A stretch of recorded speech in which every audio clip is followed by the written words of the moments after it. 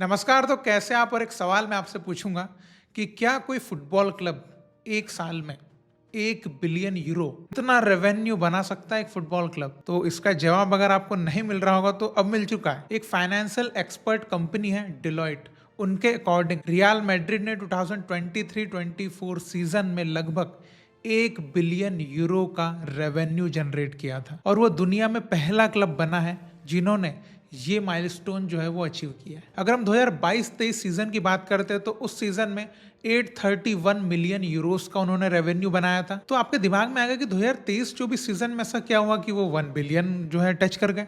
तो देखिए, इसका बहुत बड़ा रीजन जो है वो ये है कि आपको याद होगा सैंटियागो बर्नबेउ यानी कि रियल मैड्रिड का होम स्टेडियम, वो उसको रिनोवेट कर रहे थे। तो उसी स्टेडियम की वजह से इनका रेवेन्यू में ग्रोथ आया, जिसके बारे में आपको आगे बताने वाला हूँ। अब देखिए, सबसे पहले मैं आपको एक और चीज़ क्लियर कर दूं कि स्टेडियम को बनाने के लिए भी रियल मैड्रिड ने एक भारी भरकम लोन लिया था, जो इंटरेस्ट मिला के लगभग 1.76 बिलियन यूरो होता है। बट यहाँ पर आपको एक बात बताना चाहूंगा कि ये लोन है, तो इसको चुकाने के लिए एक टेन्योर भी है, तो इसको बहुत लंबे समय में चुका सकते हैं। तो इसकी एक टाइम लिमिट जो है वो 2053 है। तो उस ईयर तक रियल मैड्रिड के पास टाइम है कि वो अपने लोन को थोड़ा थोड़ा करके चुका सकते हैं, जो कि उनके लिए बहुत ही ईजी है जितना रेवेन्यू बना रहे हैं। तो अभी पेरेस के दिमाग को आप समझ सकते हैं, बहुत ही तेज चलता है। तो अभी आपके दिमाग में यही सवाल होगा कि स्टेडियम रेनोवेट करने से उनका जो रेवेन्यू है वो कैसे बढ़ा, कैसे उसमें ग्रोथ आया। तो सबसे पहले तो हुआ ये कि जो मैच डे रेवेन्यू उनका होता था टिकट सेल्स के थ्रू,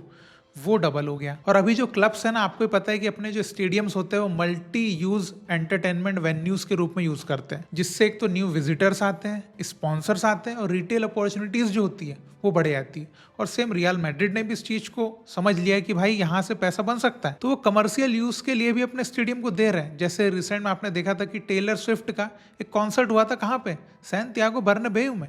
तो वहां से उन्होंने पैसा जनरेट किया। और अभी एक एनएफएल का गेम है जो सैंटियागो बर्नबेउ में खेलने वाले इस साल। तो अगर रियल मैड्रिड का टोटल कैलकुलेशन हम करें कि उन्होंने कितना पैसा कहां से बनाया, तो वो मैं आपको थोड़ा बताता हूं। तो देखिए, मैच डे से उन्होंने 248 मिलियन यूरोस जनरेट किया, ब्रॉडकास्टिंग से उन्होंने 316 मिलियन यूरो जनरेट किया, और कमर्शियल रेवेन्यू उनको 482 मिलियन यूरोस का हुआ, जो टोटल अगर आप करेंगे तो 1 बिलियन के आसपास पहुंच जाता है। अब अगर आपके दिमाग में एक और चीज होगी कि टॉप 3 क्लब्स कौन से हैं वर्ल्ड में जिन्होंने भाई बहुत ज्यादा रेवेन्यू जनरेट किया मैड्रिड के बाद भी, तो देखिए, एक तो मैड्रिड है फर्स्ट पे 1 बिलियन के साथ, दूसरे पे मैन सिटी है 837 मिलियन यूरोस के साथ, और तीसरे नंबर पे है पेरिस सेंट जर्मन जिन्होंने रेवेन्यू जनरेट किया है 805 मिलियन यूरोस का। तो आप अंदाजा लगा सकते हैं कि नेक्स्ट कुछ ईयर्स में और कितना फुटबॉल बढ़ने वाला है। अब देखिए, एक और चीज है कि मैच फुटबॉल की बात तो हमने कर ली, बिलियन टच कर जा रहा है एक ही क्लब, इतना रेवेन्यू, इतना पैसा आ चुका है फुटबॉल में।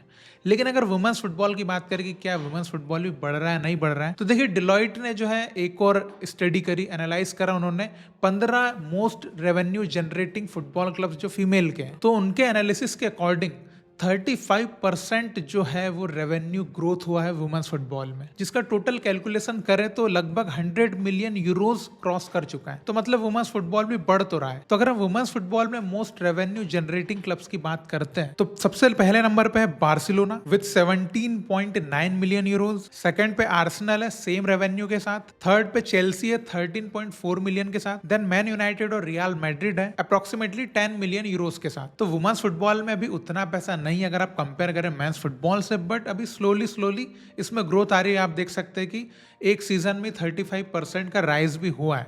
तो इट्स गुड वुमेन्स फुटबॉल के लिए भी, बिकॉज वहां भी पैसा आना जरूरी है, तभी जो है वो क्लब ओनर्स को और सब फायदे में रहेंगे, तो वो काम करने की भी सोचेंगे और अच्छे से। So that's all. तो बताइए फिर आप कब जा रहे हैं सैंटियागो बर्नबेउ? अगर आप एक मैड्रिड फैन होंगे तो आप बिल्कुल बार्सिलोना और मैड्रिड का मैच देखने, एल क्लासिको जो है वो बिल्कुल जाना पसंद करेंगे। ये मैं भी जाना चाहूंगा, अब देखते हैं कब जाता हूं। तो आपके जो भी थॉट्स है आप जरूर कमेंट में लिख के बताएगा। तो आगे भी हम ऐसे फुटबॉल की दिलचस्प बातें करते रहेंगे। So you can subscribe the channel. हम फिर मिलेंगे। जय हिंद।